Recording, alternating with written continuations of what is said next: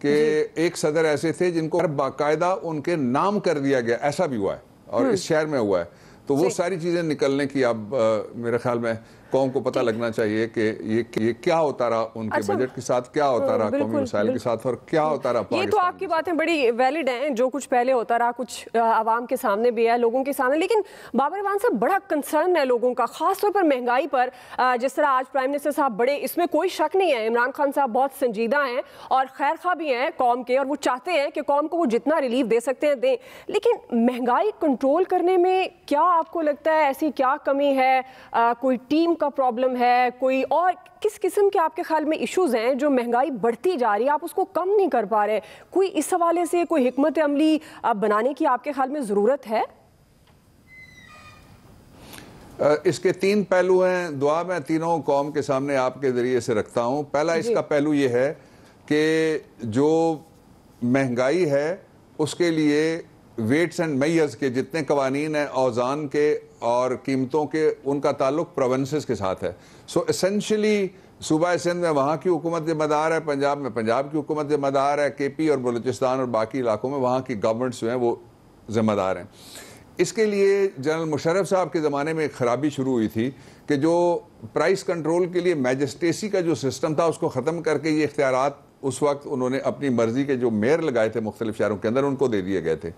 اس کے بعد سے پھر وہ جو میکنزم تھا وہ مؤثر نہیں رہ سکا. ایک دوسرا اس کا پہلو یہ ہے، مثال کے طور پہ گندم کی بات اگر ہم کریں تو گندم جو 1.5 لاکھ میٹرک ٹن نکالنے سے انکاری ہے سندھ کی گورنمنٹ. اب ظاہر ہے ایف آئی اے کو ہم بھیج کے ان کے وہاں گوداموں پہ چھاپے نہیں مار سکتے. آپ نے دیکھا کراچی کے اندر سے بھی اور جو اندرون سندھ کے اندر سے بھی لاکھوں بوریاں غائب تھیں اور ان کی جگہ کے اوپر مٹی پڑی ہوئی تھی گندم کی بوریوں میں جو ان کے گودام تھے.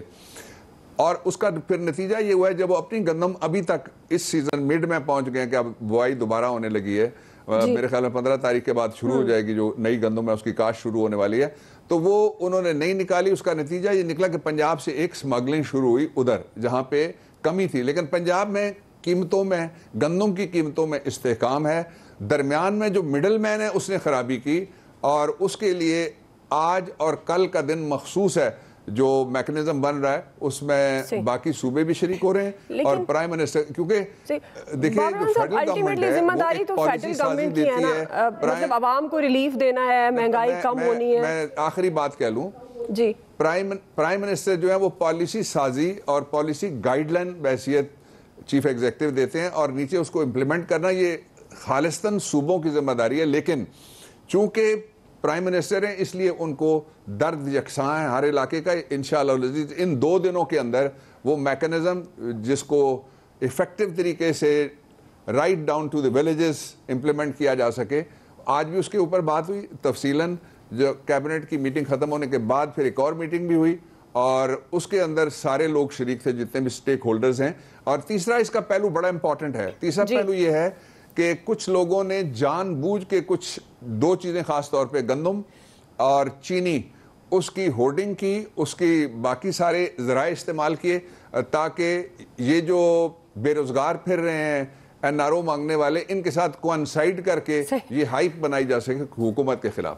تو یہ این آر او جو مانگ رہے ہیں آپ سے، وہ کہتے ہیں ہم این آر او مانگتے نہیں. آپ نے ذکر کیا ہے، میں پہلے ایف اے ٹی ایف پہ بھی بات کرنا چاہ رہی تھی لیکن این آر او کا ذکر آپ نے کر دیا. اب یہ نواز شریف صاحب کی واپسی کے لیے بھی گورنمنٹ خاصی متحرک نظر آتی ہے. اس کے لیے کیا لائحہ عمل طے کیا گیا اور ویسے کوشش کی جا رہی ہے گورنمنٹ کی طرف سے؟ آپ کے خیال میں بابر اعوان صاحب کون سی ایسی مشکلات ہیں جس کا سامنا ہے اس وقت حکومت کو جو نواز شریف صاحب کو واپس نہیں لا پا رہے؟ سب سے پہلی بات تو یہ دعا سب کو کہنا چاہیے اور دعا کرنی چاہیے کہ ان کو شرم آ جائے. وہ تو کہتے تھے میں بڑا شیر ہوں، وہ کہتے تھے میں بڑا بہادر آدمی ہوں، میں بڑا جری ہوں، میں کسی سے ڈرتا نہیں ہوں، میں پاکستان واپس آؤں گا. ان کے لوگوں نے اسمبلی میں کھڑے ہو کے گارنٹی دی کہ وہ واپس آئیں گے. ان کی بیٹی نے گارنٹی دی وہ واپس آئیں گے. بھائی نے روانسی آواز میں ایک ملکہ جذبات کے انداز میں اس نے کہا کہ وہ فوراً واپس آ جائیں گے اور وغیرہ وغیرہ. یہ سارا ڈرامہ کرنے کی ضرورت کیا تھی؟ اس لیے کہ پاکستان کا جو قانون ہے وہ سب پہ بالا ہے, جس کے اوپر کوئی حرف آئے, کوئی لفظ آئے, کوئی انگلی اٹھے, اس کو قانون کے سامنے جواب دہ ہونا پڑے گا. یہ بھول جائیں نواز شریف صاحب, ان کی پارٹی, کہ ان کی کسی یہ جو چائے کی پیالی کا جو طوفان ہے جس کو لوگ تحریک کہہ رہے ہیں, کہاں ہے تحریک وہ جس کا قائد ملک سے بھاگا ہوا ہے, اس کے دونوں بیٹے ملک سے بھاگے ہوئے ہیں, اس کا بھتیجا ملک سے مفرور ہے, اس کا داماد ملک سے مفرور ہے, اس کا سمدھی ملک سے مفرور ہے. اور وہ چاہتا کیا ہے؟ چاہتا یہ ہے کہ پاکستان کے دو ادارے جو ہمارے لیے پاکستان کے چمکتے ستارے ہیں, پاکستان کے افق پہ نہیں عالمی سطح کے اوپر, ان میں سے ایک خاص طور پہ پاکستان کی مسلح افواج, اور پاکستان میں جو انصاف کا ایوان ہے وہ بھی ایک چمکتا ستارہ ہے ہمارے لیے, ان دونوں کے اوپر. اچھا پھر یہ ہے کہ یہ دوسرا, میں آپ کو تھوڑا یاد کرانا چاہتا ہوں, یہ دوسرا راؤنڈ وہ شروع کرنے لگے ہیں نواز شریف, اور یہ سارے کریکٹر ان کے ساتھ اس وقت بھی تھے جب وہ باہر نکلے تھے, اور انہوں نے کہا تھا مجھے کیوں نکالا. وہ کہتے تھے اس وقت کہ جی ایک طرف خلائی مخلوق کو کہا, دوسری طرف 3 آدمی ہیں جنہوں نے مجھے نکال دیا ہے. اتنے زور سے انہوں نے اتنی کیوں نکالا کی آوازیں بڑی خوفناک قسم کی نکالیں, لیکن اس کا کوئی خوفناک نتیجہ نہیں نکل سکا. اس کا سبب یہ ہے کہ پاکستان کے لوگوں کو پتا ہے کہ ڈکیتی کی طرح کی چوریاں ہوئی ہیں ان کے مال کے اوپر, ان کو چھپانے کے لیے یہ سارے لوگ اکٹھے ہیں. بڑی دلچسپ بات, آپ ذرا اس کے اوپر کسی وقت تھوڑی سی تحقیق کر لیں, وہ یہ ہے کہ پہلی تحریک ایسی شروع کرنے لگے ہیں تیسری بار, پہلی کیوں نکالا کے وقت, اور پھر جب مولانا صاحب پچھلے سال جہاں میں بیٹھا ہوں اسی سڑک کے اوپر وہ آئے تھے دوسرے کونے پہ, مغربی کونے پہ, اور بیٹھ کے وہ چلے گئے تھے. اور اب بھی ان کو میں یقین دلانا چاہتا ہوں کہ لنڈن سے آخر میں مولانا صاحب کو یہ جواب ملے گا جب وہ فون کریں گے کہ یہ سروس اب بند ہو گئی ہے اور آپ کے لیے مطلوبہ نمبر کوئی نہیں اٹھائے گا. تو جو تیسرا انہوں نے کیا تھا وہ کیا تھا؟ انہوں نے کیا یہ تھا کہ یہاں لوگوں کو اکٹھا کیا. دلچسپ بات یہ ہے کہ یہ پاکستان کی نہیں دنیا کی تاریخ کی پہلی تحریک ہے جس میں وزیر اعظم کے اوپر کرپشن کا کوئی الزام نہیں ہے. جن سب پہ کرپشن کا الزام ہے وہ وزیر اعظم کے خلاف کہتے ہیں ہم تحریک چلائیں گے. کیا تحریک چلائیں گے؟ 2 حصے اس کے. ایک وہ کہتے ہیں کہ ہم حکومت کو ہٹائیں گے, بہت آسان نسخہ ہے حکومت ہٹانے کا, میں آپ کے ذریعے ان کو مفت میں بتا دیتا ہوں. نسخہ یہ ہے کہ وہ سندھ کی اسمبلی توڑیں اور سندھ کی حکومت ہٹا کے وہ کہیں ہم الیکشن کرانا چاہتے ہیں. تو دیکھیں نا 1/4 of the total units of the federation وہ کامیاب ہو جائیں گے. اور ایک اس سے اگلا نسخہ ہے وہ بھی بہت آسان, اگر وہ توڑ دیتے ہیں اسمبلی, استعفوں کا آپشن استعمال کر لیتے ہیں, تو پھر گورنمنٹ کیا کرے گی؟ نہیں جمع ہو سکتا. جی اس کے لیے ہم جمعے کو شروع کر رہے ہیں صبح 10:30 بجے سینٹ کا اجلاس, اور شام 4:30 بجے ہم شروع کر رہے ہیں قومی اسمبلی کا. دونوں جگہ آ کے استعفیٰ دے دیں, بہت آسان طریقہ ہے. نہیں دیں گے اس لیے کہ NRO چاہتے ہیں, استعفے نہیں چاہتے. تو یہ اگر استعفیٰ دے دیتے ہیں تو پھر کیا کریں گے؟ وزیر اعظم اسمبلیاں تحلیل کر کے عام انتخابات کرائیں گے, کیا حکمت عملی ہوگی پھر؟ وزیر اعظم وقت پورا ہونے پہ 5 سال بعد 2023 میں انتخابات کا جب وقت ہے اس وقت انتخابات کروائیں گے. اگر یہ استعفیٰ دیتے ہیں, جو نہیں دیں گے میں کہہ رہا ہوں, اگر یہ استعفیٰ دیتے ہیں تو اس سب سیٹوں کے اوپر کانسٹیٹیوشن کے مطابق ہی چلا جا سکتا ہے نا, کسی کی وش لسٹ اور خواہش کے مطابق تو نہیں چلا جا سکتا, یا کسی بگوڑے کی جو ہزاروں خواہشیں ہیں, ہر خواہش پہ اس کا دم نکل رہا ہے, اس کے اوپر تو ہم نہیں چل سکتے, وہ خواہ اس کا نام کچھ بھی ہو. چلے بابر منصور جیسے آپ بڑے ایزی لگ رہے ہیں ان کی تحریک پہ. جی میں آپ کا جواب دے دوں, آئینی بات ہے یہ اس پہ ابہام ہے, میں دور کر دیتا ہوں. کانسٹیٹیوشن 2 باتیں کہتا ہے, جتنے لوگ مرضی ہے استعفیٰ دے دیں قومی اسمبلی سے یا سینٹ آف پاکستان سے یا صوبائی اسمبلیوں سے, ان سیٹوں پہ بائی الیکشنز ہوں گے اور وہ الیکشن کمیشن آف پاکستان کرائے گا. اور پرائم منسٹر کو نکالنے کا ایک ہی طریقہ ہو سکتا ہے جو آئین میں لکھا ہوا ہے, کہ ان کے خلاف ان کے پاس اکثریت نہ ہو, ان کے خلاف نو کانفیڈنس ہو جائے. یہ بڑکے مارتے ہیں, ان کے اپنے لوگ more than 30 وہ ایبسنٹ ہو گئے اور انہوں نے کہا کہ ہم آپ کی چوری کے ساتھ اس کو مزید دفاع ہم نہیں دے سکتے, ہم تھک گئے ہیں آپ کی چوری کو دفاع کرتے کرتے. اور اس میں سے کچھ لوگ جس طرح شرک پوری صاحب ہیں, وہ بڑی معزز خاندان ہے, اور لوگ بھی ہیں جو بولے ہیں, جو آواز اٹھا رہے ہیں, اور لوگ بولنے والے ہیں جب یہ اجلاس شروع ہوگا, اس لیے کہ لوگ تھک چکے ہیں ان کی چوری کے دفاع کے لیے. اور پھر مزے کی بات یہ ہے کہ اپنے آپ کو مینڈیلا کہنے والا جیل جانے کے لیے تیار نہیں, اپنے آپ کو امام خمینی سے ملانے والا وہ کہتا ہے کہ میں بھاگا رہوں گا, میرا خاندان بھاگا رہے گا, اور غریب کے بچوں تم باہر نکلو. اور غریب کا بچہ باہر نکلا تھا سڑک کے اوپر, اس کے ٹرک کو کیوں نکالا کو دیکھنے کے لیے. گجرات میں وہ سڑک کے ٹائروں کے نیچے ٹرک کے کچلا گیا, یہ نہ رکے اور نہ اس کی والدہ کے ساتھ اور گھر والوں کے ساتھ جا کے انہوں نے ہمدردی کے 2 لفظ کہے کہ یہ حادثہ ہوا ہے, کوئی سانیہ نہیں ہے. تو بابر خان سے ویسے آپ تو مجھے بڑے ایزی لگ رہے ہیں کہ گورنمنٹ بہت ایزی ہے، بٹ اپوزیشن کا یہ کلیم ہے کہ ان کی تحریک کو لے کر آپ خاصے بکھلائے ہوئے ہیں، گجرانوالہ میں گرفتاریاں بھی کر رہے ہیں، ان کے ہولڈرز بھی نہیں لگانے دیے جا رہے. لیکن میں ایک بڑے اہم معاملے پر آپ کا پوائنٹ آف ویو لینا چاہتی ہوں. FATF پر جو قوانین سازی ہے آپ پیش ہیں اس پر گورنمنٹ نے کامیابی سے قانون سازی کرائی ہے. گورنمنٹ کی جانب سے FATF اجلاس کے لیے کیا تیاری کی گئی ہے؟ کتنے ایسے نکات ہیں جن پر عمل درآمد کیا جا چکا ہے، اور کیا آپ سمجھتے ہیں کہ پاکستان اس بار گرے لسٹ سے نکلنے میں کامیاب ہو جائے گا؟ تین باتیں ہیں. پہلا تو یہ ہے کہ جی گورنمنٹ بڑی گھبرائی ہوئی ہے. جو گھبراتا ہے وہ بھاگ جاتا ہے. اس کا بڑا سادہ نسخہ ہے. جو گھبراتا ہے وہ اپنی بیل وڈرا کرتا ہے لاہور ہائی کورٹ کے ڈویژن بینچ سے جا کے، وہ کہتا ہے مجھے بند کر دو، مجھے جلوس نہ نکالنا پڑے. اور شہباز شریف صاحب اتنے سیانے آدمی ہیں کہ وہ گاڑی میں بیٹھے ہوئے تھے، چند کلومیٹر دور ان کی بھتیجی اور ان کے بھائی کو گرفتار کیا جا رہا تھا. وہ SUV سے باہر اور V8 سے باہر نکل کے انہوں نے دروازہ کھولنا تھا اور چل پڑتے اگر تو تب بھی وہاں 25 منٹ میں وہ پہنچ سکتے تھے. وہ نہیں گئے. اس دفعہ پھر وہ بھاگ گئے اور انہوں نے خود اپنی بیل وڈرا کر کے اپنی گرفتاری پیش کر دی ہے. عدالت نے کوئی نہیں ان کی بیل ریجیکٹ کی. میرٹ کے اوپر انہوں نے بحث کی اور وہ بحث جون میں شروع ہوئی تھی. بارہا کئی ہفتے کئی مہینے چلنے کے بعد باری باری ان کے وکلاء کو یہ ہدایت ان کی طرف سے ملی کہ جائیے میری بیل پٹیشن وڈرا کر لیجیے. اب ایک پہلو اس کا یہ ہو گیا. جو دوسرا اس کا پہلو ہے وہ یہ ہے کہ پاکستان کے اندر اس وقت دو چیزوں کی بحث چل رہی ہے. ایک بحث وہ ہے جس کو انڈیا سپورٹ کرتا ہے، اور وہ بحث یہ ہے کہ پاکستان کے اداروں کو کمزور کرو. انڈین جو ایئر فورس کا چیف ہے اس نے بڑک ماری ہے. اس کو یاد ہونا چاہیے کہ ابھینندن 2 ہو جائے گا جس دن وہ کوئی ایسی حرکت کرے گا. ایک بحث یہ چل رہی ہے، اور دوسری بحث یہ چل رہی ہے کہ کسی طریقے سے پاکستان کو جو اکانومی کا ٹرن اراؤنڈ ہوا ہے، جو کووڈ-19 سے اللہ رب العزت نے ہمیں بچایا ہے، جو ڈاکیومنٹیشن آف اکانومی ہو رہی ہے پورے پاکستان کے اندر، اور جس طریقے سے پاکستان کی عالمی سطح پہ پذیرائی ہو رہی ہے، اور سارے پاکستان کے جو جتنے بھی ہیں مختلف جرائم میں ملوث لوگ وہ ایک جگہ ہیں، وہ ان کو کوئی امید نظر نہیں آتی.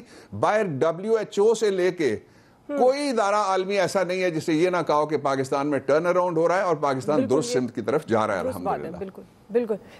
FATF پہ میں آپ سے سوال کیا تھا کیونکہ لاسٹ مجھے بریک کی طرف بھی جانا ہے. جو FATF کا ایک اجلاس آج بھی ہو رہا ہے، جب تھوڑی دیر پہلے شاید وہ ختم ہو گیا ہو، لیکن ایک اجلاس FATF ریلیٹڈ آج بھی تھا. آپ کو اس پہ بھی تین چیزیں نظر میں رکھنی پڑیں گی. 2017 کی جو گورنمنٹ تھی اس گورنمنٹ کے دور میں ہم گرے لسٹ میں چلے گئے، اور گرے لسٹ کے حوالے سے پھر 17 گیا، 18 گیا، 19 گیا، کوئی قانون انہوں نے نہیں بننے دیا. جب ان کی پوری گورنمنٹ اپنی تھی تب بھی نہیں بننے دیا، جب پاکستان تحریک انصاف آئی تب بھی نہیں بننے دیا، لیکن 20 میں وہ قوانین بن گئے.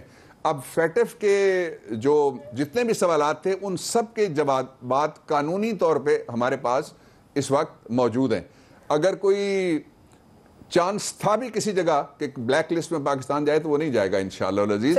نکلنے کے چانسز زیادہ ہیں. بابر خان صاحب، لاسٹ میں کوئکلی میں آپ سے آخری کویسچن کرنا چاہ رہی تھی عابد ملک کے بارے میں. کہا جا رہا ہے، آپ کے وزراء نے کہا ہے، پنجاب کے وزراء نے، جو موٹر وے کیس کے حوالے سے ہے، کہ اس کیس کو ہم ٹیسٹ کیس بنائیں گے. تو اس کے لیے کیا لائحہ عمل اختیار کیا جائے گا؟ کس طرح سے ٹیسٹ کیس بنایا جائے گا؟ دو چیزیں ہیں. ایک تو یہ ہے کہ اس کا چالان پیش کیا جائے گا جو انٹائر ٹیررزم ایکٹ 1997 کے نیچے انسداد دہشت گردی کی عدالت بنی ہے دعا، اس کے پاس یہ چالان جائے گا. اس نے ودن 7 days جب زیادہ لگے تو مہینہ اس نے فیصلہ کرنا ہے. دوسرا یہ ہے کہ اس کے بعد پھر جو گورنمنٹ ہے اس کو چاہیے جب اپیل ملزم کی طرف سے اگر ہو تو 7 اپیل دائر کرے. میں ایڈوائز بھی کروں گا دوستوں کو کہ وہ کریں، تاکہ فوری طور پہ ان 2 اپیلیں جو بنتی ہیں، ایک ہائی کورٹ میں ایک سپریم کورٹ میں، ٹرائل کے بعد جو فیصلہ ہوتا ہے، اس لیے کہ یہ کٹ اینڈ ڈرائیڈ پروون کیس ہے، اس میں تو کوئی شک و شبے کی کوئی گنجائش ہی نہیں ہے.